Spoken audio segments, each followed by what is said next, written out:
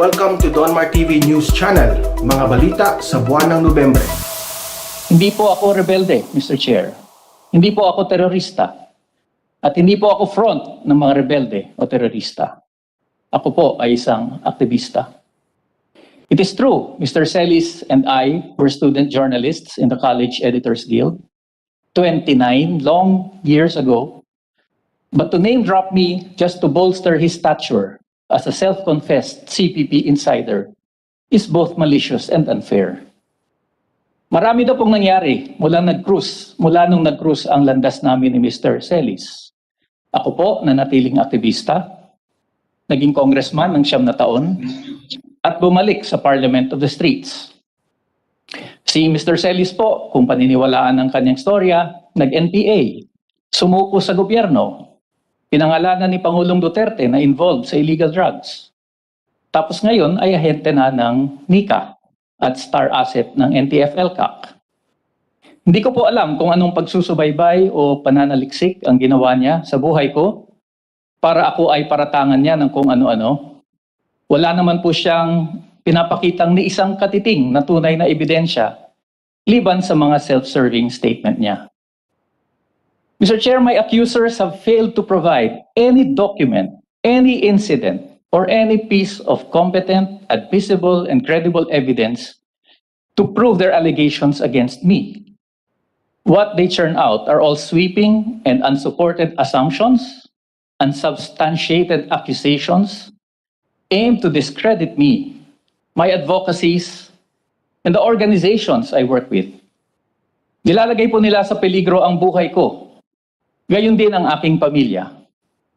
Ang talagang kinakatakot ko, Mr. Chair, ay mangyari sa akin ang nangyari sa mga kaibigan kong si Randy Malayaw, kaibigan din ni Mr. Celis yan, Sara Alvarez, Jory Porquia, at marami pang aktivistang pinaratangan nilang komunista bago pinatay. Mr. Chair, ito po ang panganib ng red tagging. Pararatangan kang komunista, terorista, communist front, o kasabwat ng mga komunista upang ikaw ay takutin, patahimikin, dungisan ang iyong pangalan, palawasing sangkot ka sa mga illegal na gawain, at iset up sa mga gawa-gawang kaso o mas matindi para bigyan ng katwiran ang iyong pagpatay. Karaniwang biktima nito ay mga aktivista na naglilingkod sa mga mahihirap at inaapi, miyembro ng oposisyon, media, mga kritiko at hindi sumasang-ayon sa gobyerno. Mr. Chair, red tagging is guilt by association with our accusers playing the role of judge, jury, and executioner. Pag nired tag ka, syempre pag-iinitan ka, matatakot ka, at mas gugustuhin tumahimik ka na lang. It is this chilling effect on our people that kills democratic participation and healthy debate on issues of public concern.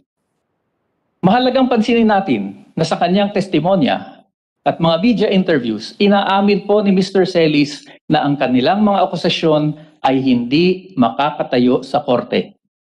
Kaya nga daw dumudulog sila sa Court of Public Opinion. Kasama na po itong Senate hearing para daw ilantad kami. In other words, Mr. Chair, this is nothing but trial by publicity, with the Senate, unfortunately, serving as their biggest platform today. Hindi na po bago ang red tagging, red baiting, o communist witch hunting. Ginawa na po ito ni Hitler in Nazi Germany, ginawa ni Senator McCarthy sa US, ginawa ni Suharto sa Indonesia, ginawa din ni Marcos dito sa ating bansa. Isa pang talamak sa pag-red tag ay ang gobyerno ni dating Presidente Gloria Macapagal Arroyo.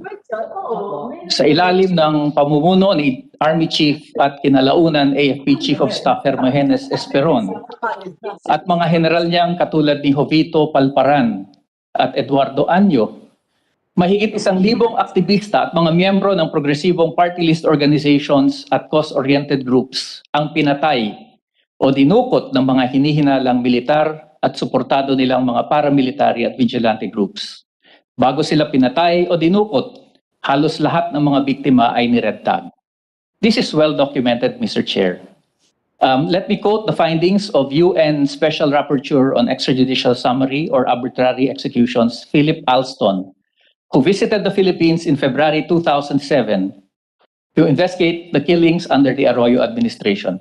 Ang sabi po ni Professor Alston, may dalawang dahilan ang malawakan at sistematikong pagpaslang. And I quote, "The first cause has been variously described as vilification, labeling, or guilt by association.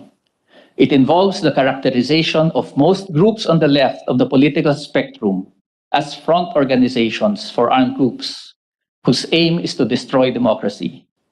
The result is that a wide range of groups, including human rights advocates, labor union organizers, journalists, teachers, teachers' unions, women's groups, indigenous organizations, religious groups, student groups, agrarian reform advocates, and others are classified as fronts and then as enemies of the state that are accordingly considered to be legitimate targets.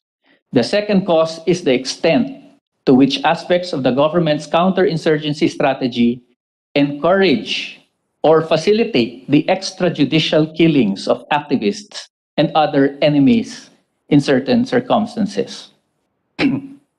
Mr. Chair, ito ho mismo ang ginagawa ngayon ng NTF-ELCAC sa pamumuno ng kanyang Vice Chairman na si General Esperon, na siyang AFP Chief of Staff nang nag-imbestiga si Professor Alston. Pero mas matindi po ngayon, hindi na lang komunista ang tawag sa amin, terorista na. Umabot na po sa antas ng kahibangan ang pagre-red tag nila. Noong September 2018, ilang araw bago ang malaking rally sa Luneta, isinangkot po kami ni nooy AFP Deputy Chief of Operations, General Antonio Parlade Jr., sa isang umano'y Red October plot. I'm sure the senators have heard of this. Ayon sa kanya, itinatag daw ng CPP-NPA ang isang grand coalition para pabagsakin ang gobyernong Duterte, kasama ang Liberal Party, ang Magdalo Group, ang mga anti-Duterte coalitions tulad ng Movement Against Tyranny, Coalition for Justice, at Tindig Pilipinas, at 11 universidad at kolehiyo sa Metro Manila. May kasama pa hong isang paaralan na hindi naman nag-i-exist. Kasama din daw ang mga labor groups, mga student activists, mga lumat organizations sa Mindanao. This preposterous and ridiculous plot was obviously meant to subject us to trial by publicity, establish guilt by association, and spread outright lies and intrigue to sabotage the September 21 rally and paint the president's critics as destabilizers. Ganyan din po ang nangyari sa amin noong February 2006 nang kinasuhan kaming 6 na party list congressmen noon ng rebellion ng Interagency Legal Action Group. Dinismiss po ito ng RTC ng Makati at pinagalitan pa ho ng Korte Suprema ang Department of Justice at si Secretary Raul Gonzales sa pagpapagamit nito sa political agenda ng administrasyon.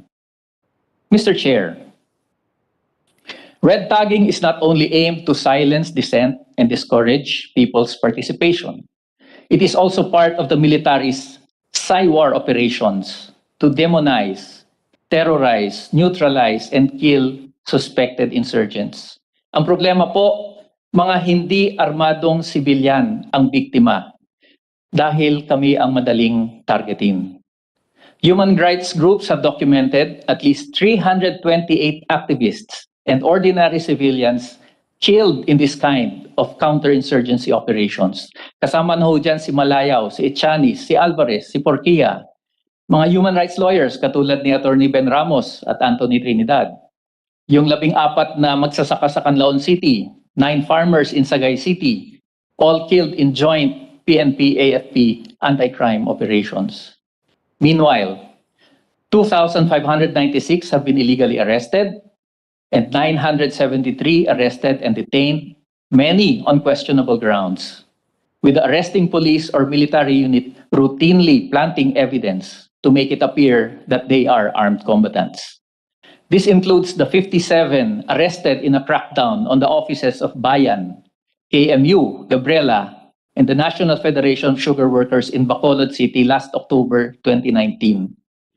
Kasama po doon sa inaresto yung mga drivers and mga driver po at konduktor ng Ceres Lines na nagbi-meeting lang sa opisina ng KMU. Also arrested that day were 3 activists in the Manila office of Bayan, including Reyna May Nesino, who was denied the right to care for her baby River until she died. Ang sabi po ng NTF-ELCAC, ang mga organisasyon namin ay front organizations ng CPP-NPA dahil daw may mga aktivistang nag-NPA.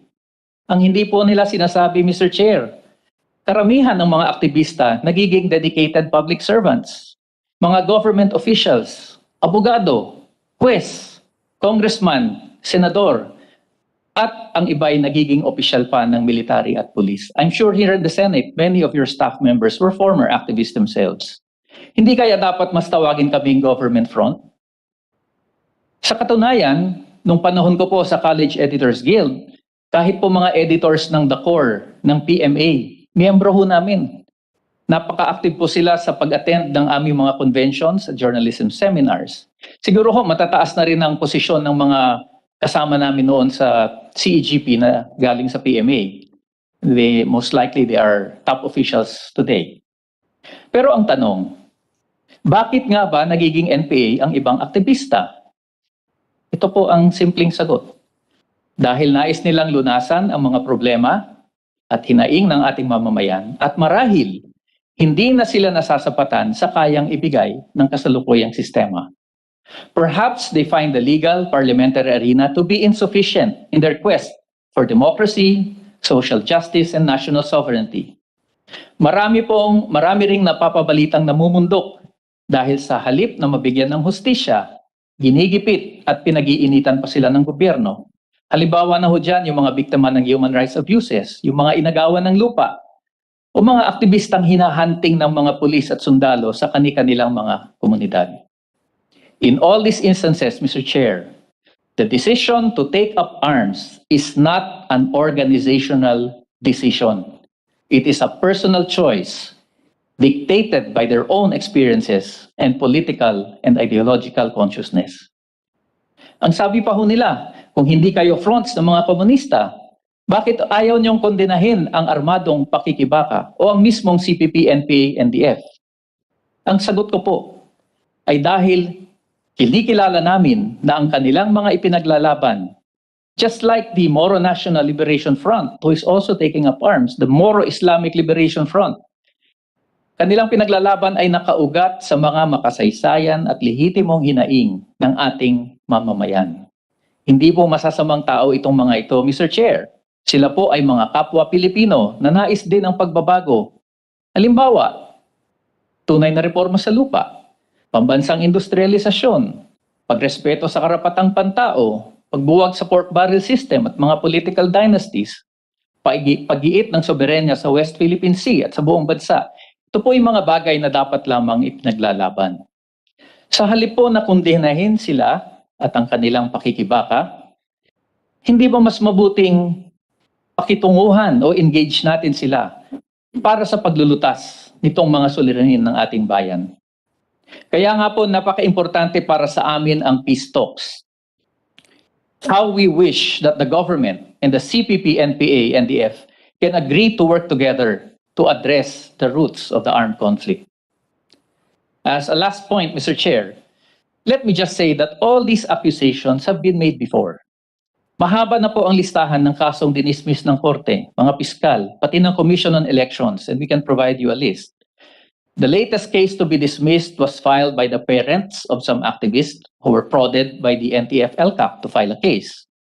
What did the government prosecutor say? Let me quote the DOJ resolution signed by Assistant Prosecutors Garcia and Antay and approved by Senior Deputy State Prosecutor Fadulion and Prosecutor General Malcontento. And I quote, "In fact, their allegation, the complainant's allegation, that an akbayan recruits minors to become members of the CPP, NPA, NDF remained unsupported by any evidence and would not suffice to determine the existence of probable cause. There is also no evidence presented showing that an akbayan is the recruiting arm of or somehow connected to the CPP, NPA, NDF. Uulitin ko po sa Pilipino, Walang ebidensyang ipinresenta na nagpapakitang ang anak bayan ay recruiting arm o may anumang koneksyon sa CPP, NPA, NDF.